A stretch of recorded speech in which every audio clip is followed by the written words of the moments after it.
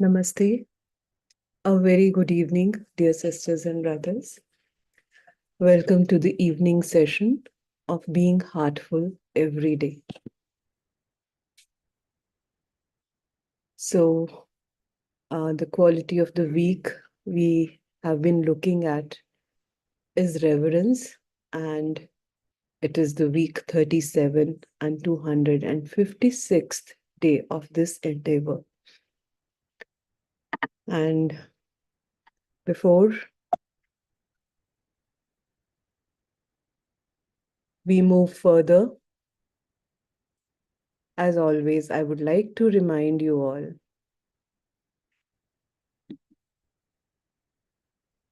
about sharing the invitation of master classes and being heartful every day with your friends and family.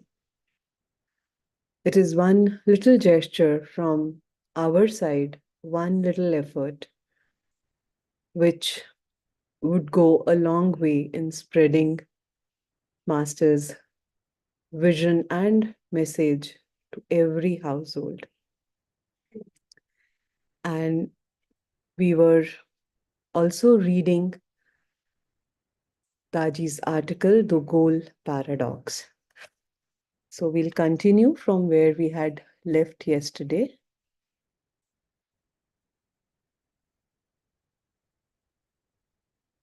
So this was an article which Daji has given as a message, as a Bhandara message on Babuji's Maharaj's birthday in 2019. So, okay.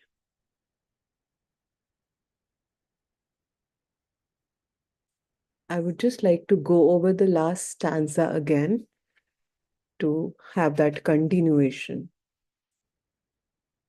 Did Lalaji ever request or instruct Babuji to adopt such an approach of dedication and surrender? Babuji's attitude towards his guru arose naturally from his own heart. Later, as a master himself, Babuji's nature remained such that he could not request personal devotion, dedication, or surrender from anybody. Unfortunately, his abhyasis would often miss the true path as a result. But Babuji could not guide them in this respect.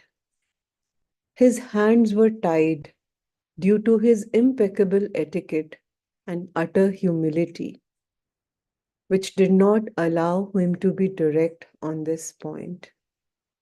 Rather, he tended to define the goal using abstract and indirect terminology such as the center, realization, or complete oneness with God. In one of his letters to an Abhyasi, Babuji wrote about the importance of constant remembrance. How an Abhyasi is supposed to remain in touch with his master mentally, constantly. Perhaps because he was very shy, Babuji told the Abhyasi, think that I am remembering you all the time.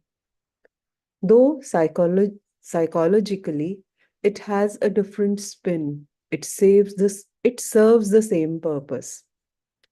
He could never say anything like, take me as your goal.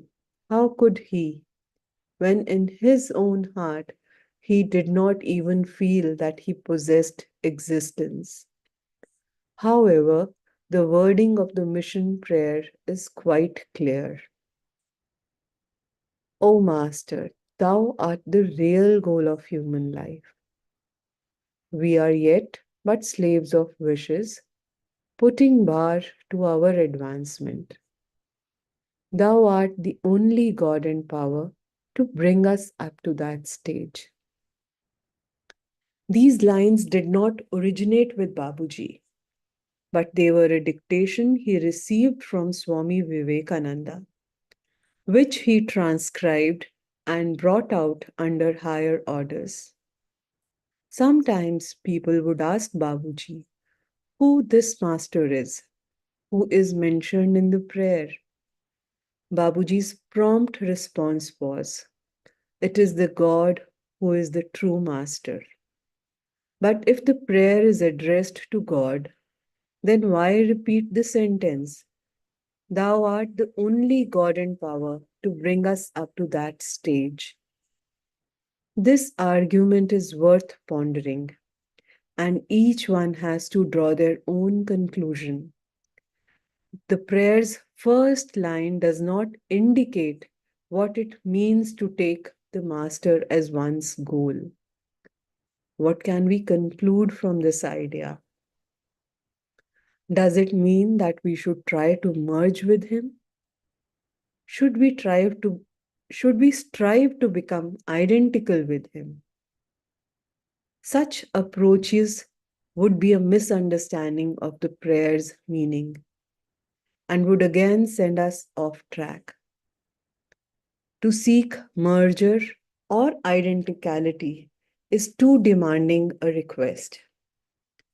Gifting such a state is the master's business rather than the disciples. In that case, how could ever be my goal? To nurture such an idea would only lead to a situation where I would attempt to manipulate my guru's sentiments in my favor, a true act of self-sabotage. Furthermore, my desire for the state of merger would prevent my ever attaining it, as it would only strengthen the I-ness at the base of this desire. At the same time, we see Babuji strongly recommended that cult. Re, I'm sorry. At the same time, we see that Babuji strongly recommended the cultivation of intense craving and longing for the goal. What kind of craving is he speaking about? There are different levels of cravings. Craving of the lowest type will not bring us anywhere we want to go, no matter how intense it may be.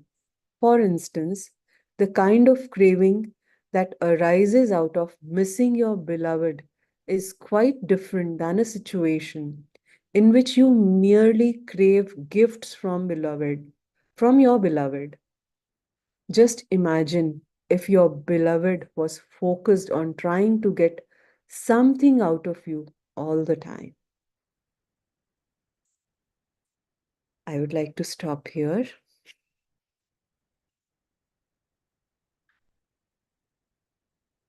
Let us silently reflect and ponder over what we just read.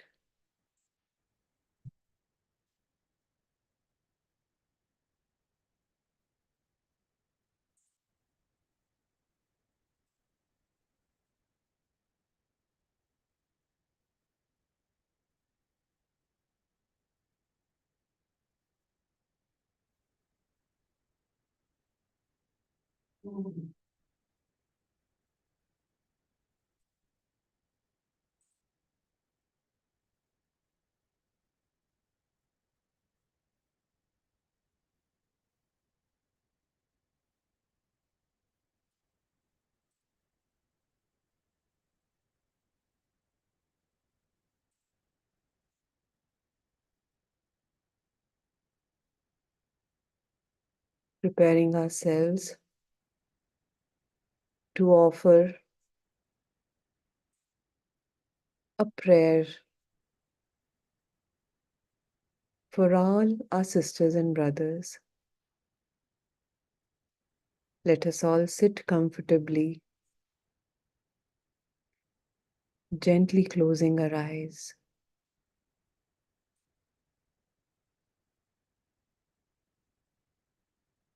Let us now connect to the deepest core of our hearts.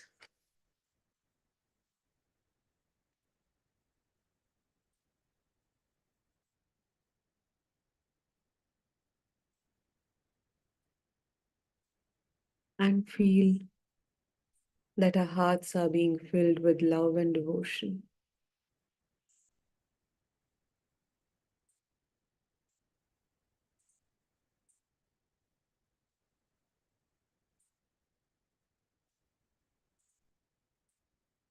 May this feeling expand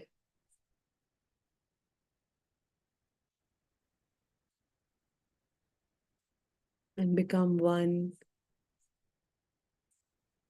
with everything that is around us.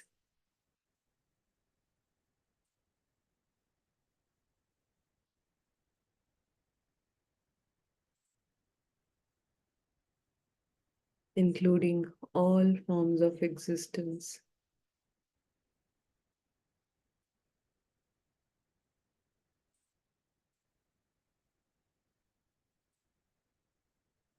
Beyond the boundaries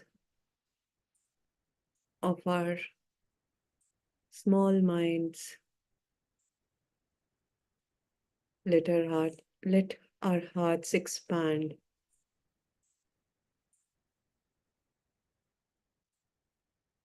to embrace everyone, the whole of existence.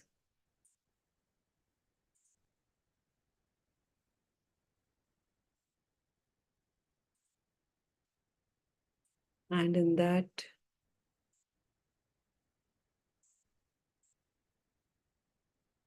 space of being one with everyone, let us all offer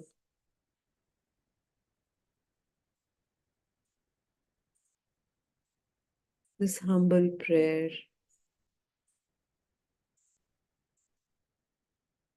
All sisters and brothers are being filled with love and devotion, and real faith is growing stronger in them.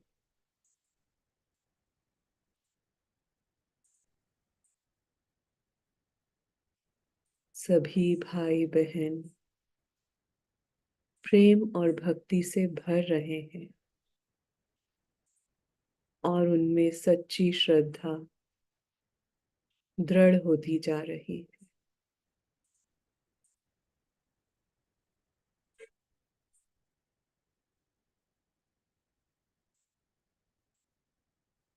All brothers and sisters are being filled in are being filled with love and devotion, and real faith is growing stronger in them.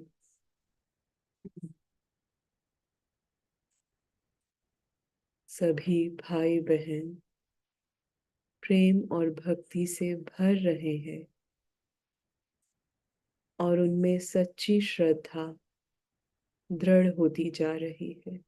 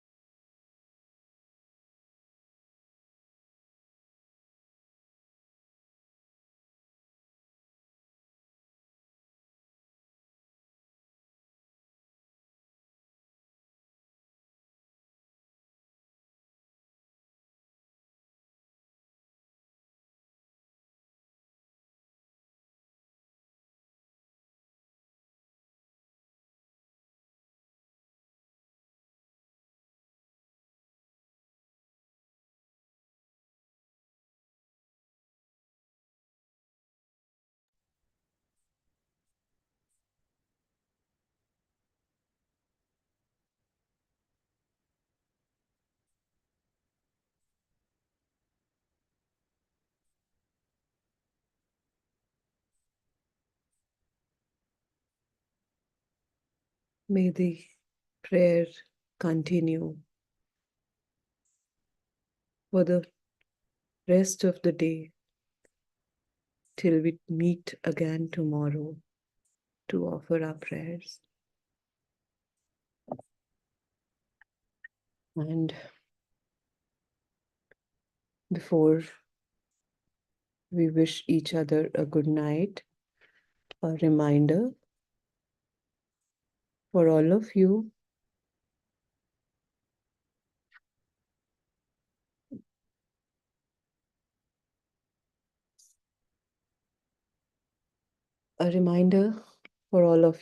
to offer your bedtime prayer meditation.